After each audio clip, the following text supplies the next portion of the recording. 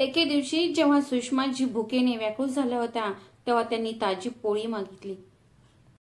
तेव्हा कामिनीने तिच्या पायाने प्लेटवर लाथ मारली.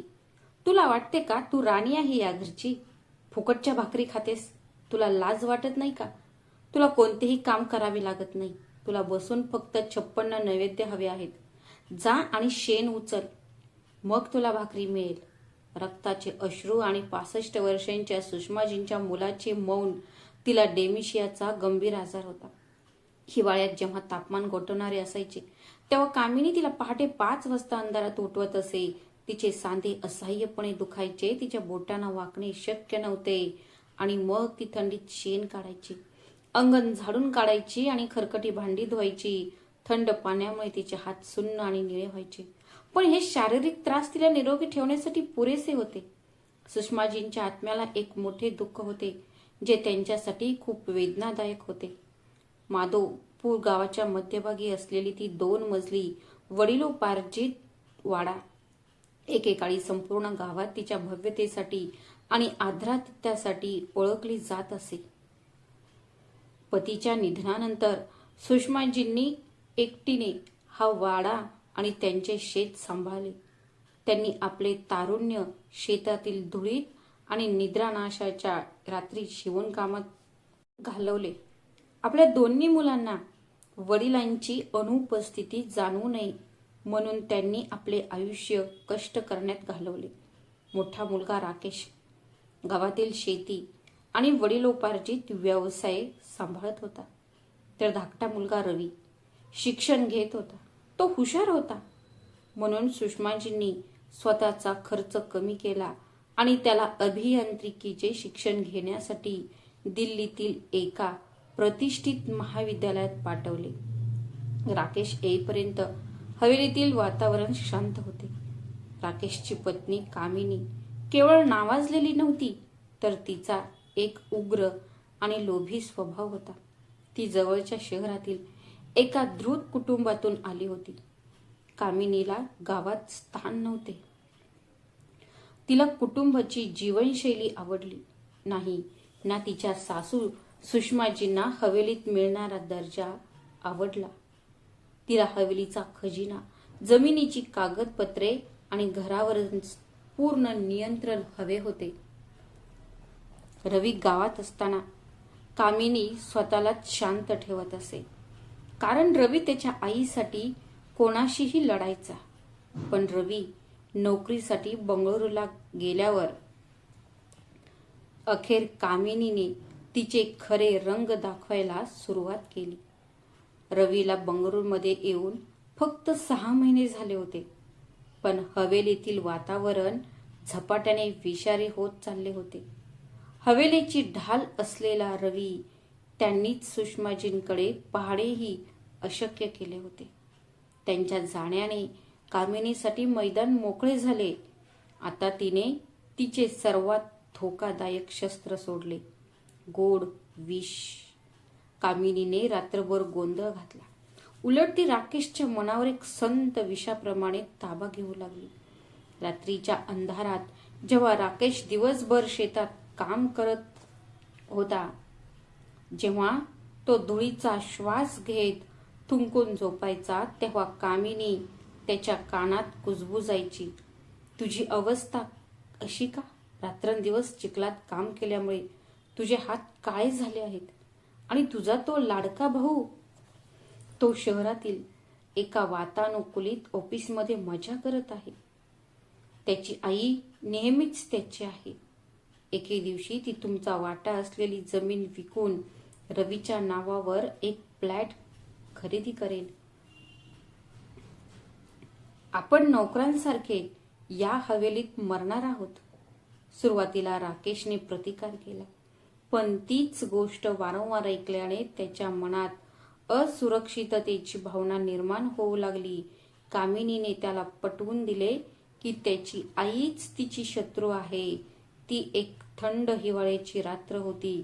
सुषमाजींना थोडा ताप आला होता आणि त्यांनी कफ सिरप घेतला होता, त्यामुळे त्या गाढ झोपेत गेला.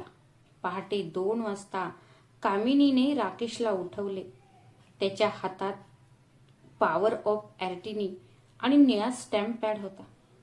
खोलीत फक्त 0 वॉटचा लाल बल्ब चालू होता. राकेशचे हात थरथरत होता. आज तो त्या म्हाताऱ्या बाईची, ज्या आईने त्याला बोट धरून चालायला शिकवले होते, तिची काठी तोडणार होता. लवकर कर, जर म्हातारी बाई जर ती उठली तर सगळा खेळ उद्ध्वस्त होईल. कामिनी कुजबुजली. थरथरत्या हातांनी राकेशने त्याच्या झोपलेल्या आईचा उजवा अंगठा घेतला, तो निळ्या शाईत बुडवला आणि ते कायदेशीर कागदपत्रांवर छापले होते.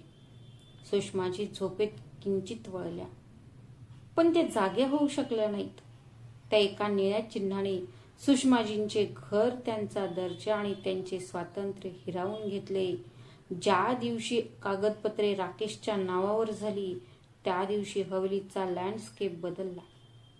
सुषमाजींना त्यांच्या मोठ्या हवेशीर खोलीतून बाहेर काढण्यात आले. माझे ड्रेसिंग टेबल आता इथेच असेल. तुम्ही तुमच्या बॅगा पॅक करा आणि मागच्या अंगणात जा, कामिनीने आदेश दिला. सुषमाजींना हवेलीच्या मागे असलेल्या ओल्या खोलीत नेण्यात आले.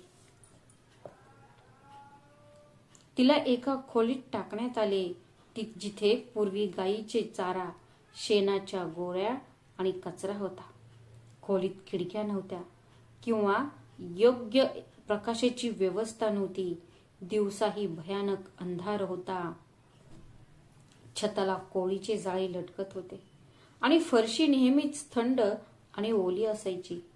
एकेकाळी तिच्या मालकीचा वाडा तिला गिळंक करत होता. आता सुषमाजींचे भिकाऱ्याप्रमाणेच कामिनीने मुद्दाम तिला आदल्या रात्रीच्या उरलेल्या भाकरी दिल्या. थंड आणि कडक. डाळीत फक्त पिवळे पाणी होते, मीठही नव्हते. जेव्हा सुषमाजी कमकुवत होत्या आणि त्या कडक भाकरी चावण्याचा प्रयत्न करताना तिच्या दात नसलेल्या हिरड्यांना रक्त येत असे. एके दिवशी जेव्हा सुषमाजींना खूप भूक लागली होती, तेव्हा सुषमाजींनी कामिनीला ताजी भाकरी मागितली. तेव्हा तिने पायाने प्लेटला लाथ मारली. तुला वाटतंय की तू या घरची राणी आहेस? तुला फुकटची भाकरी खाण्याची लाज वाटत नाही का? तू कोणतेही काम करत नाही. तुला बसून फक्त 56 नैवेद्य हवे आहेत. जा आणि शेण खा, मग तुला भाकरी मिळेल. रक्ताचे अश्रू आणि मुलाची शांतता. 65 वर्षांच्या सुषमाजींना संधिवाताचा गंभीर आजार होता. हिवाळ्यात जेव्हा तापमान गोठत असे, तेव्हा कामिनी तिला पहाटे 5 वाजता उठवत असे. तिचे सांधे असह्यपणे दुखायचे. बोटे वाकत नव्हती तरीही ती शेण काढायची, अंगण झाडून टाकायची आणि घाणेरडी भांडी धुवायची. पण या शारीरिक वेदनांपेक्षाही मोठे म्हणजे राकेशची शांतता, जी सुषमाच्या आत्म्याला चिरडून टाकत होती. सकाळी जेव्हा राकेश ट्रॅक्टर घेऊन शेतात निघायचा, तेव्हा त्याला त्याची आई भांडी घासताना थरथर कापताना दिसायची. त्याची पावले क्षणभर थांबायची. त्याच्या डोळ्यात एक हलकीशी पश्चातापाची भावना येत असे. पण मागून कामिनीचा खणखणीत आवाज यायचा आणि राकेश एकही शब्द न बोलता नजर हटवत पटकन निघून जायचा. आईला सर्वात जास्त वेदना झाल्या होत्या. सर्वात मोठे दुःख तेव्हा होते जेव्हा तिचे स्वतःचे रक्त, ज्याच्यासाठी तिने आपले तारुण्य बलिदान दिले होते, ते त्याच्या डोळ्यासमोर घडत होते. पण तो तमाशा पाहत होता. सुषमाजी आता रडत नव्हत्या. त्यांच्या डोळ्यातील अश्रू थंड खोलीच्या भिंतींमध्ये कुठेतरी सुकले होते. बेंगळूरच्या चमकदार जगात बसलेला रवी दररोज संध्याकाळी त्याच्या आईचा आवाज ऐकण्यासाठी आतुर होता. पण त्याला हे माहीत नव्हते की त्याच्या घरातील लँडलाईन आणि त्याच्या आईमध्ये कामिनी नावाची एक अभेद्य भिंत उभी केली आहे. जेव्हा जेव्हा फोन वाजायचा, तेव्हा कामिनी चितेच्या चपळाईने तिने रिसिव्हर पकडला. रवीचा आवाज ऐकून तिचा स्वर मंद झाला. अरे भाऊजी, तुम्ही योग्य वेळी फोन केला. आई सध्या गाढ झोपली आहे. डॉक्टरांनी तिला त्रास देऊ नका असे सांगितले आहे. कधी कधी ती निरागसपणे खोटे बोलायची. रवी, आई शेजारच्या मंदिरात कीर्तनासाठी गेली आहे. ती परत येताच मी तिला तिच्याशी बोलायला लावेन. कामिनीची कारणे खूप मोठी होती. कधी त्याच्या आईची तब्येत बिघडली, कधी तिचे मौन बाळगण्याचे व्रत. दुसरीकडे बिचारा रवी फक्त त्याची चिंता व्यक्त करायचा. पण वास्तव असे होते की जर सुषमाजींनी चुकून कधी फोन घेतला तर कामिनी त्यांच्या मागे सावलीसारखी उभी राहायची. तिचे डोळे ज्वाळांनी जळत असत आणि ती सुषमाजींच्या कानाशी झुकून ती कुजबुजायची. तुमच्या लाडक्या मुलाला एकही शब्द सांगितलं तर सावध राहा. जर त्यांच्याकडे तक्रार केली तर लक्षात ठेवा, उद्यापासून अन्नाचा एक घास आणि पाण्याचा एक थेंबही मिळणार नाही. मी तुला त्रास देईन, तू इथेच वेदनेने मरशील. सुषमाजींनी थरथरत्या हाताने फोन धरला. रवीचे प्रेमळ शब्द ऐकून तिच्या डोळ्यातून अश्रू वाहू लागले. पण कामिनी, त्या खुनी नजरेला घाबरून तिने आपले रडणे दाबले. जड अंतकरणाने ती फक्त एवढंच म्हणू शकली, मी ठीक आहे बाळा, फक्त स्वतःची आणि आपल्या सुनेची काळजी घे. फोन बंद होताच सुषमाजी ती तिच्या खोलीच्या एका अंधाऱ्या कोपऱ्यात लपून बसायची आणि खूप रडायची. क्रूरतेच्या आणि छळाच्या रात्री लांबत गेल्या. एका दुपारी सुषमाजींचे शरीर विस्तवासारखे भाजत होते. त्यांचे ओठ कोरडे पडले होते. अर्धवट बेशुद्ध अवस्थेत त्यांनी कामिनीला हाक मारली, सुनबाई, मला थोडे पाणी दे बाळा. कामिनी रागाने आत आली तेव्हा ती ड्रॉइंग रूम मध्ये आरामात टीव्ही पाहत बसली होती. तिने पाण्याचा ग्लास भरला आणि सुषमाजींना देण्याऐवजी तो तिच्या खोलीच्या दाराबाहेर जमिनीवर फेकला. पाणी सांडले आणि कामिनीने तिच्या विषारी जिभेने तिच्यावर हल्ला केला. तू का मरत नाहीस? तू अजूनही माझ्या छातीवर जिवंत बसली आहेस. हात टाक. ढोंग करणे थांबवा. उठा आणि सिंक मधील भांड्याचा डोंगर धुवा. फुकटचे अन्न खाणे थांबव. जेव्हा सुषमाजी तीव्र तापामुळे अंथरुणावरून हलू शकल्या नाहीत तेव्हा कामिनीचे राक्षसी रूप समोर आले. क्रूरतेच्या सर्व मर्यादा ओलांडून तिने सुषमाजींचे पांढरे केस आपल्या मुठीत धरले आणि त्यांना बेडवरून जमिनीवर ढकलले. सुषमाजींचे नाजूक शरीर थंड फरशीवर आदळले. त्या दिवशी त्यांचे शरीरच नाही तर त्यांचा आत्माही पूर्णपणे तुटला होता. त्यांनी आता औषध शोधले नाही, उलट प्रार्थना केली. ती देवाकडे स्वतःच्या मृत्यूची याचना करू लागली.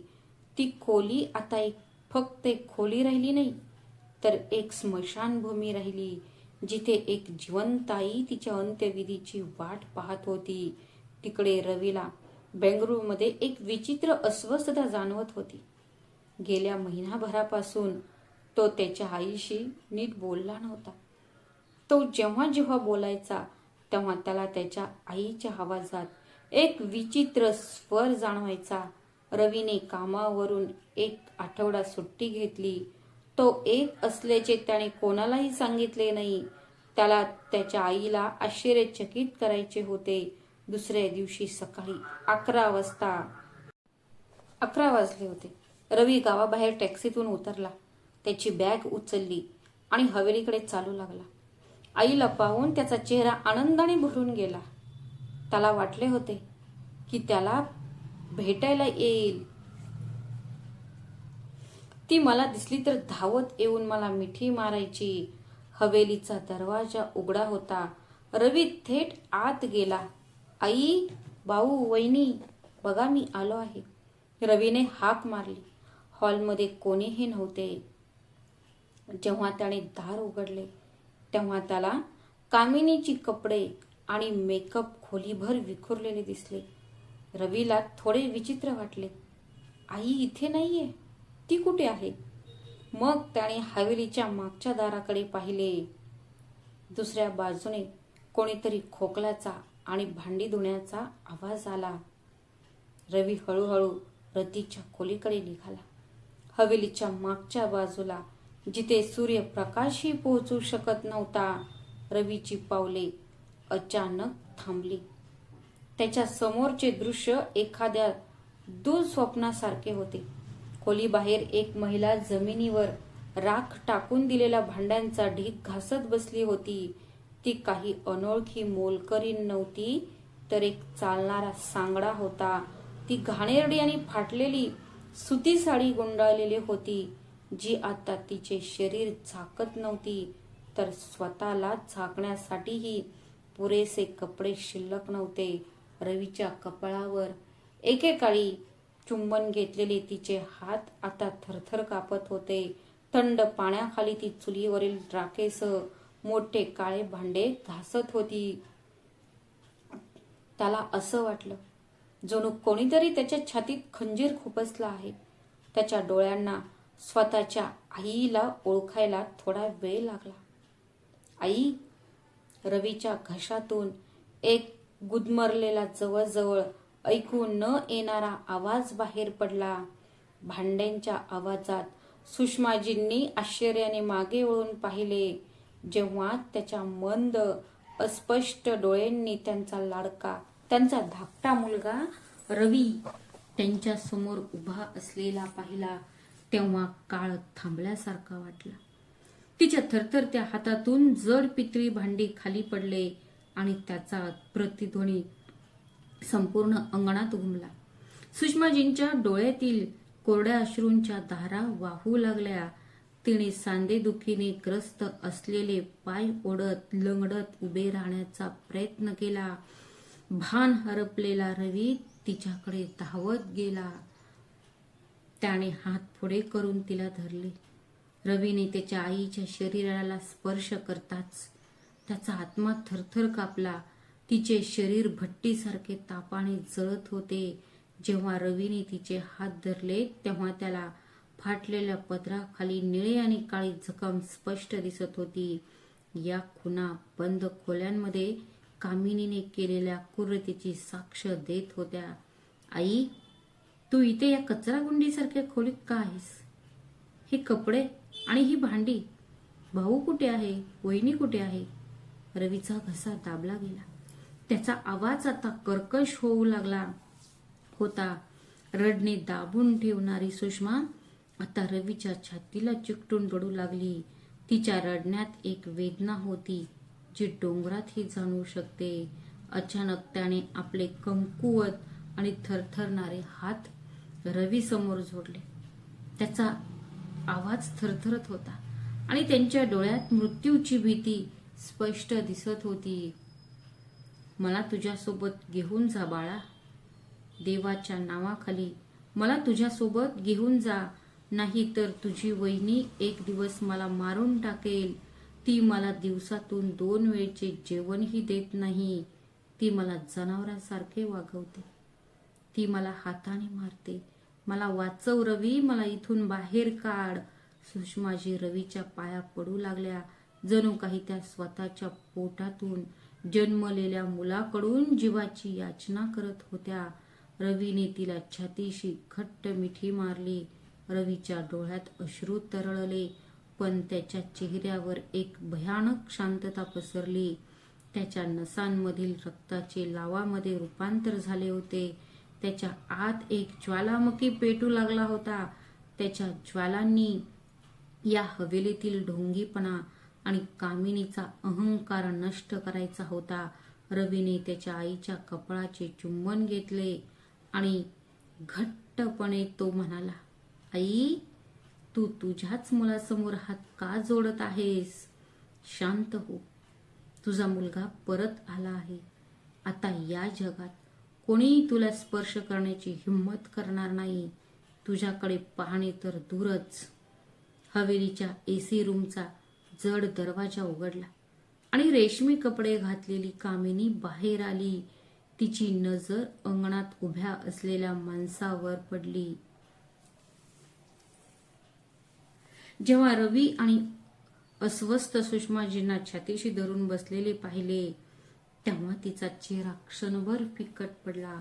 तिचा श्वास रोखला गेला. पण पुढच्याच क्षणी तिने द्रुत आणि खोट्या प्रेमाचा जाड मुखवटा घातला. ओठांवर खोटे हास्य ओढत ती त्याच्याकडे चालत गेली. अरे भाऊजी, तुम्ही आला आहात? फोन नाही, बातमी नाही, हे इतके अचानक कसे? कामिनी म्हणाली. तिचा आवाज गोड होता. मग तिने सुषमाजींकडे चिंतेचे नाटक करत पाहिले. आणि आई, तुम्ही इथे या कचरा कुंडीत काय करताय? मी तुम्हाला किती वेळा सांगितले आहे की तू तुझ्या खोलीत आराम कर आणि मी हे भांडी धुईन, पण तू माझं काहीच ऐकत नाही. ती फक्त तिला जे हवं ते करते. कामिनी पुढे झाली आणि रवीची बॅग त्याच्या हातातून घेण्याचा प्रयत्न केला. जणू काहीच घडले नाही. पण रवीने त्याची बॅग जमिनीवरच सोडली. हळूहळू एका क्रूर शिकारीसारखा तो कामिनीकडे पुढे सरकला. त्याचे डोळे लाल अंगारासारखे जळत होते. त्याचा जबडा घट्ट आवळला गेला होता आणि त्याचा श्वास घुंगरूसारखा उग्र होत होता. तो एक सुशिक्षित, सुसंस्कृत आणि शांत मुलगा होता. पण आज त्याच्या आईची दुर्दशा पाहून त्याच्या आतला लांडगा जागा झाला होता, जो आता रक्ताचा तहानलेला होता. माझ्या आईला आराम करायला सांगितलंस का? रवीचा आवाज भयानक थंड होता. पण दुसऱ्याच क्षणी तो भुकेल्या सिंहासारखा गर्जना करत म्हणाला. आणि तिच्या कमकुवत हातांना हे काय झाले? निळे आणि काळे डाग आहेत, ते कसे आले? ही फाटलेली साडी, हा कचरा कुंडी आणि ही भांडी, ही तुझी विश्रांती आहे का? चेटकीन अचानक झालेल्या या हल्ल्याने कामिनी घाबरली. तिचा मुखवटा सरकू लागला. स्वतःचे रक्षण करण्यासाठी ती ओरडली, नम्रपणे बोल रवी, मी तुझी मोठी वहिनी आहे. ही म्हातारी बाई वेडी झाली आहे. ती कदाचित मानसिकदृष्ट्या अस्थिर असेल आणि ती तुला माझ्या विरुद्ध भडकावत आहे. शांत राहा. रवीची गर्जना हवेलीच्या जाड भिंतींमधून प्रतिध्वनित झाली. कामिनी भीतीने 2 पावले मागे सरकली. तेवढ्यात हवेली समोरचा दरवाजा उघडला आणि राकेश शेतातून परतला. अंगणात उभा असलेला रवीचे भयानक दृश्य पाहून त्याला धक्का बसला. अरे रवी, तू कधी आलास? राकेशने घाबरून विचारले. क्षणार्धात रवी पुढे सरकला आणि दोन्ही हाताने त्याच्या मोठ्या भावाची कॉलर पकडली. रवीची पकड इतकी मजबूत होती की राकेशला धाप लागू लागली. भाऊ, रवीचा आवाज वेदना आणि द्वेषाने भरलेला होता. माझ्या वडिलांच्या मृत्यूनंतर मी तुला देव मानत होतो आणि तू या चेटकिनी सोबत माझ्या आईला जनावरांसारखे बनवलेस. तुमच्या स्वतःच्या आईला शिळी भाकरी खायला घालताना तुम्हाला लाज वाटली नाही का? तुमच्या रक्तात किडे आहेत. तुम्ही मुलगा म्हणून घेण्याच्या लायक नाही. राकेश, जो स्वतःला हवेलीचा राजा मानत होता, त्याने गर्विष्ठपणे रवीचा हात झटकला आणि म्हणाला, रवी, तुझ्या मर्यादेत राहा आणि हस्तक्षेप करू नकोस. हा माझ्या कुटुंबाचा प्रश्न आहे. वडील गेल्यानंतर हवेली माझ्या नावावर आहे. आणि ऐक, जर आई माझ्या घरी राहिली तर ती फुकटची जेवण खाणार नाही. तिला काम करावे लागेल. हे शब्द ऐकून रवीचा धीर सुटला. त्याचे रक्त उकळले. तो रागाने भरला. त्याने जवळच्या कोपऱ्यात ठेवलेला एक जड लोखंडी रॉड उचलला आणि हवेलीच्या मोठ्या महागड्या काचेच्या दारावर त्याच्या सर्व शक्तीनिशी आदळला. काचेचे हजारो तुकडे झाले. ते तुटून कामिनी आणि राकेशच्या पायाजवळ पडले. काचा फुटल्याच्या भयानक आवाजाने कामिनी ओरडली आणि तिने कान झाकले. रवी मृत्यूच्या भीतीने म्हणाला, तुमचे घर, हे घर माझ्या वडिलांच्या कष्टाने आणि माझ्या आईच्या घामाने बांधले आहे. तुम्ही फसवणूक करून काही कागदपत्रे तुमच्या नावावर केलीत आणि तुम्ही स्वतःला या घराचा मालक समजता. तुला मी देव मानलं होतं. मग रवीने काठीचा टोक जमिनीकडे दाखवला. त्याच्या आवाजात एक भयानक सूड होता, ज्यामुळे एक थरथर कापू लागला. आणि वहिनी, तुझी हिंमत कशी झाली माझ्या आईवर हात उचलण्याची? जर मी आज तुमचे दोन्ही हात तोडले नाहीत आणि तुम्हाला याच हवेलीत अपंग केले नाही, तर माझे नाव रवी नाही आणि मी माझ्या आईचा मुलगा नाही. रवीच्या नजरेत रक्ताळलेली आग पाहून कामिनी भीतीने थरथर कापू लागली. तिला समजले की आज ती तिच्या धीराशी नाही तर मृत्यूच्या उद्धाराशी वागत आहे. रवीने लोखंडी रॉड धरला होता आणि त्याच्या समोर त्याची वहिनी कामिनी भीतीने थरथर कापत होती आणि त्याचा मोठा भाऊ राकेश घामाने भिजलेला होता. रवीच्या नसांमध्ये उकळणारे रक्त त्याच्यावर ओरडत होते. त्याला असे करू नका अशी मागणी करत होते. त्यांची हाडे काठीने फोडा, त्यांना जमिनीवर रांगायला भाग पाडा, असे जसे त्यांनी त्याच्या आईला त्रास दिला होता. पण रवी फक्त एक भावनिक आणि ओरडणारा मुलगा नव्हता. तो बंगळुरूमधील एका मोठ्या कॉर्पोरेट कंपनीत काम करणारा एक सुशिक्षित, संयमी आणि तीक्ष्ण मनाचा माणूस होता. त्याने एक दीर्घ श्वास घेतला. त्याला कळले की जर त्याने आज कायदा हातात घेतला तर हे दृष्ट पती पत्नी त्याला दोषी सिद्ध करतील आणि त्याची आई पुन्हा एकटी पडेल. बदला हा रागाच्या भरात घेतला जाणारा बदला नाही. खरा बदला तोच जो शत्रूला त्यांची खरी जागा दाखवतो आणि कायदेशीररित्या त्यांचा नाश करतो. रवीने लोखंडी रॉड जमिनीवर फेकला. रॉडचा जोरदार ठोका जमिनीवर आदळताच कामिनीने उडी मारली. रवीचे डोळे आता लाल झाले होते, पण रागाऐवजी त्यांच्यात एक भयावह थंड शांतता होती. एकही शब्द न बोलता त्याने खिशातून त्याचा फोन काढला. काय काय करतोयस रवी? राकेशने घाबरून विचारले. घाबरून त्याचे शरीर थरथर कापत होते आणि त्याचा आवाज कर्कश होता. भीती स्पष्ट दिसत होती. रवीने राकेशकडे पाहिलेही नाही. त्याने फोनचा स्पीकर चालू केला आणि लगेच फोन केला. काही सेकंदातच दुसऱ्या टोकाकडून आवाज आला. Hello, Madhopur police station. Hello, हा माधोपूर हवेलीचा रवी प्रताप सिंग आहे. रवीच्या आवाजात एक तीक्ष्ण धार होती जी दगडही कापू शकते. इथे ज्येष्ठ नागरिक संरक्षण हा घरगुती हिंसाचार कायद्याचा विशेष संरक्षण कायदा एक खटला आहे. माझ्या भावाने आणि त्याच्या पत्नीने गेल्या अनेक महिन्यांपासून माझ्या वृद्ध आईला एका अंधाऱ्या खोलीत बंदिस्त करून ठेवले आहे. तिला अत्यंत त्रासदायक स्थितीत ठेवण्यात आले आहे. प्राण्यासारखे छळ करण्यात आला आहे. त्यांना अशा प्रकारे मारहाण आणि छळ करण्यात आला आहे की मला तात्काळ पोलीस आणि वैद्यकीय मदतीची आवश्यकता आहे. जर तुम्ही 15 मिनिटांत पोहोचला नाही तर खून होऊ शकतो. कॉल डिस्कनेक्ट झाल्यानंतर रवीने गाव प्रमुख रामदयालजी यांना पुन्हा फोन केला आणि त्यांना ताबडतोब हवेलीत पोहोचण्यास सांगितले. जड कायदेशीर भाषण ऐकून राकेश आणि कामिनीचे चेहरे फिक्के पडले. काही क्षणांपूर्वी हवेलीच्या अभिमानाने घट्ट झालेली त्यांच्या पायाखालची जमीन आता सरकली होती. काही मिनिटांपूर्वीपर्यंत गगनाला भिडलेला त्यांचा अभिमान आता राखेसारखा नाहीसा झाला. रवी माझा भाऊ, राकेश घाबरून पुढे सरकत म्हणाला. तू वेडा झाला आहेस का? तू माझा भाऊ नाहीस. स्वतःच्या भावाला, स्वतःच्या रक्ताच्या भावाला कोण तुरुंगात पाठवेल?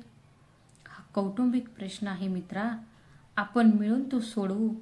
आईने चूक केली असेल, कामिनीनेही काही चुका केल्या असतील, पण पोलीस, तू त्यांना फोन करून आपल्या कुटुंबाची इज्जत लिलाव करत आहात.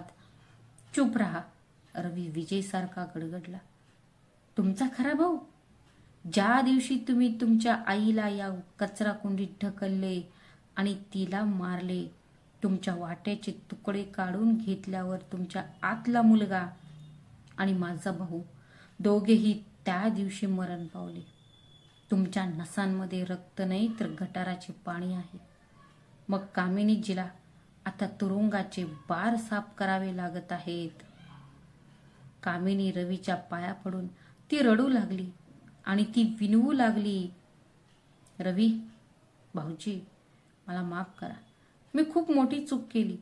माझ्या मनावर सैतान वर्चस्व गाजवत होता. पोलिसांना बोलवू नकोस. तुम्ही माझ्या भावासारखे आहात. कुटुंबाचा प्रश्न कुटुंबाच्या चार भिंतीतच राहिला पाहिजे. मला जगू द्या. या गावात आमचा खूप आदर आहे. जर पोलीस हवेलीच्या दारात आले तर समाजात आमची प्रतिष्ठा खराब होईल. लोक काय म्हणतील? आम्ही कोणालाही तोंड दाखवू शकत नाही. तू जे काही म्हणशील ते मी मान्य करेन, पण कृपया ती तक्रार परत घे. कामिनी मगरीचे अश्रू ढाळत होती, पण रवीच्या डोळ्यांना दया आली नाही. आदर? वहिनी, तू कोणत्या आदराबद्दल बोलत आहेस? जी स्त्री तिच्या आजारी सासूला जमिनीवर शिळे अन्न टाकू शकते, जी स्त्री थरथर कापू शकते, ती तिच्या आईला केसांनी जमिनीवरून ओढत नेऊ शकते, तिला काहीच आदर नाही. तिला फक्त तिचा दर्जा आहे, जो आज संपूर्ण गाव पाहेल आणि समाजाला कळायला हवे. या उंच हवेलीच्या जाड भिंतींच्या मागे किती भ्रष्ट लोक राहतात. आता तुम्ही दोघेही फक्त तुमचा कार्यक्रम पहा. रवीने कामिनीला पायाने दूर ढकलले आणि त्याच्या आईच्या जवळ गेला. सुषमाजी भीतीने थरथर कापत होत्या.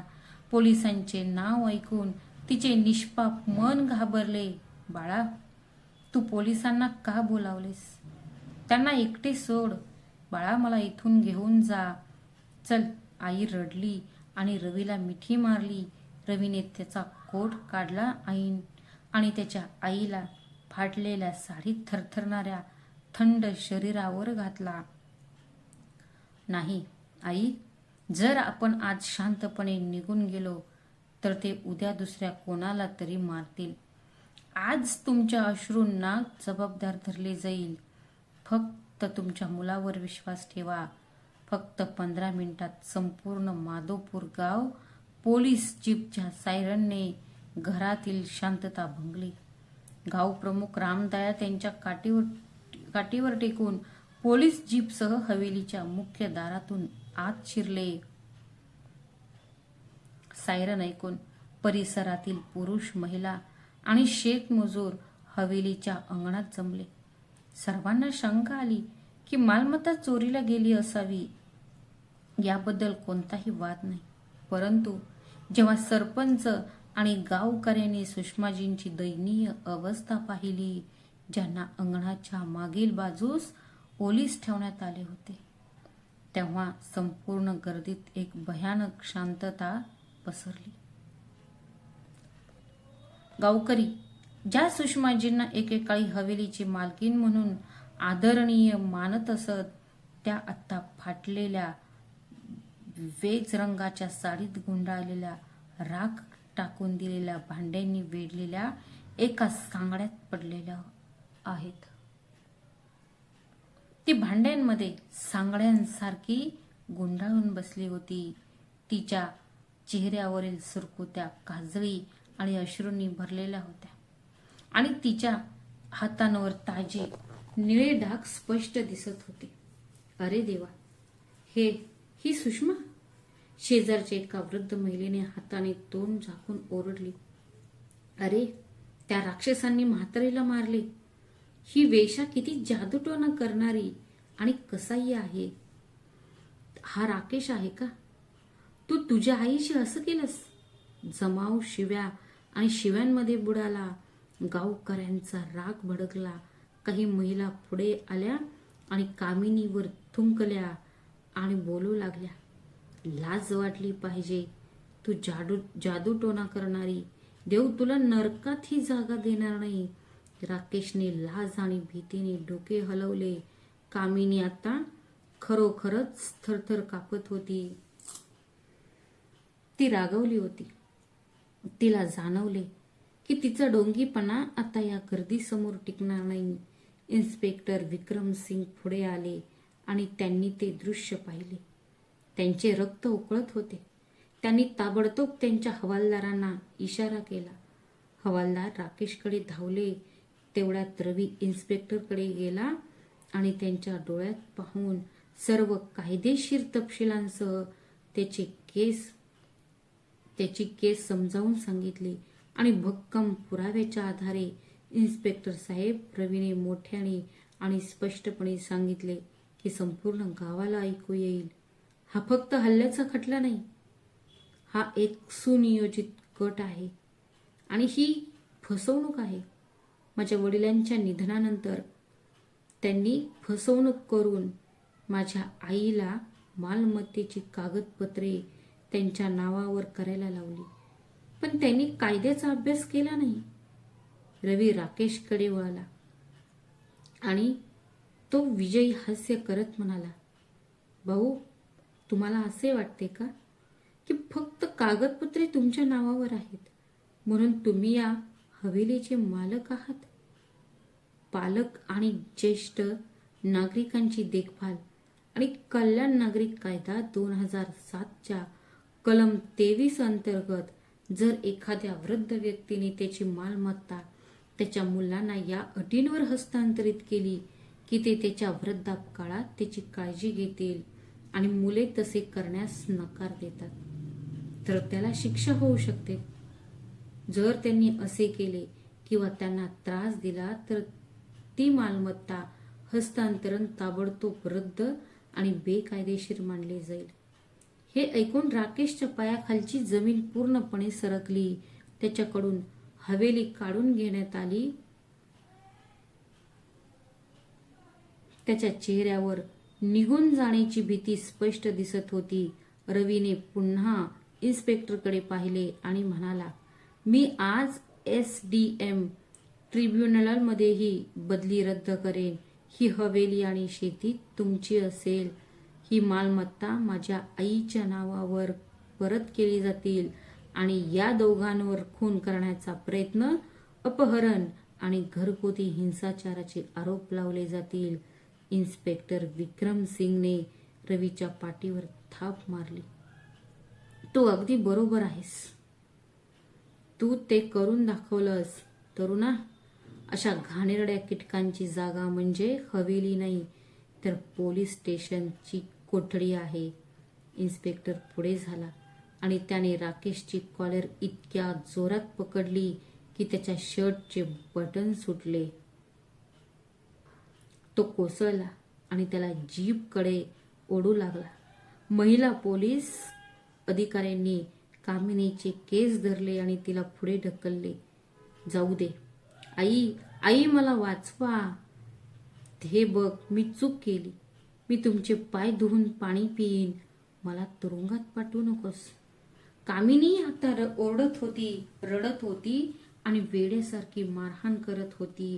ती सुषमाजींची कडे हात पुढे करत होती. पण आज सुषमाने नजर फिरवली. ज्या बाईने तिच्या ओरडण्याचा आवाज ऐकला नव्हता, आज तिच्या रडण्याचा सुषमाजींवर काहीही परिणाम झाला नाही. संपूर्ण गाव पोलीस टाळ्या वाजवत होते आणि शिव्या देत होते. कामिनी आणि राकेश यांना प्राण्यांसारखे जीपच्या मागे ओढण्यात आले. जीपचा सायरन पुन्हा वाजला आणि ती वेगाने धूळ उडवत पोलीस स्टेशनमध्ये गेली. हवेलीच्या अंगणात जो अभिमान होता तो कायमचा भंगला. रवीने मागे येऊन त्याच्या आईकडे पाहिले. अनेक वर्षानंतर तिच्या चेहऱ्यावर स्वातंत्र्य आणि शांतीची भावना उमटली. रवीने तिला आपल्या मिठीत घेतले. चल आई, ही कचराकुंडी तुझ्यासाठी योग्य नाहीये. तुझा मुलगा तुला घ्यायला आला आहे. आपण आता घरी जाऊ. रवीने त्याच्या आईला घेतले. तो हवेली सोडत होता जिथे कामिनीच्या अहंकाराची राख आता उडत होती आणि न्यायाचा सूर्य अखेर उगवला होता. त्या दिवशी हवेलीतून 2 निरोप समारंभ होते. एक राकेश आणि कामिनीसाठी पोलीस जीपमध्ये ज्यांना तुरुंगात पाठवले जाणार होते आणि दुसरा एक भव्य निरोप समारंभ. तो त्याच्या आईचा हात धरून तिला हवेली बाहेर घेऊन गेला. आई, हे विटाणे मातीचे घर तुझे नाही, घर नाही. जिथे तुझा आदर केला जात नाही तिथे आम्ही एक क्षणही राहणार नाही. तू आता माझ्या सोबत चल. तू बंगळुरूला जाशील, तिथे राज्य करशील. सुषमाजींनी अश्रूंनी भरलेल्या डोळ्यांनी तिच्या मुलाकडे पाहिले. आज तिला वाटले की तिची तपश्चर्या सफल झाली आहे. आज तिचा धाकटा मुलगा खऱ्या अर्थाने श्रावण बाळ झाला. त्याने कुमार म्हणून भासवून त्यांना त्या नरकातून मुक्त केले होते. राकेश आणि कामिनी यांना त्यांच्या कृत्यांचे फळ मिळाले होते. कायदेशीर कारवाईनंतर हवेली सुषमाजींच्या नावावर परत करण्यात आली. जी रवीने तो वाडा एका अनाथाश्रमाला दान केला, जेणेकरून तो एका लोभी सुनेचा आश्रय बनू नये. धडा: म्हातारपण हा शाप नाही, तो असा टप्पा आहे जेव्हा माणसाला सर्वात जास्त प्रेमाची गरज आहे. जी मुले आपल्या पालकांना रडवतात त्यांना देव आणि कायदा अशा प्रकारे शिक्षा करतो की ते समाजात आपले डोके उंच करू शकत नाहीत. मुलगा म्हणजे कुटुंबाला केवळ गौरव देणारा नसतो. मुलगा तो असतो जो त्याच्या आईचे अश्रूंनी भरलेले डोळे पुसू शकतो. मित्रांनो, तुम्ही ही कथा कुठे पाहत आहात ते आम्हाला कमेंटमध्ये कळवा. जर तुम्हाला ही कथा आवडली असेल तर कृपया व्हिडिओला लाईक करा, शेअर करा आणि आमच्या चॅनलला सबस्क्राईब करायला विसरू नका. भेटूया अशाच आणखी एका नवीन कथेत. तोपर्यंत स्वतःची आणि तुमच्या प्रियजनांची काळजी घ्या. श्री स्वामी समर्थ. धन्यवाद.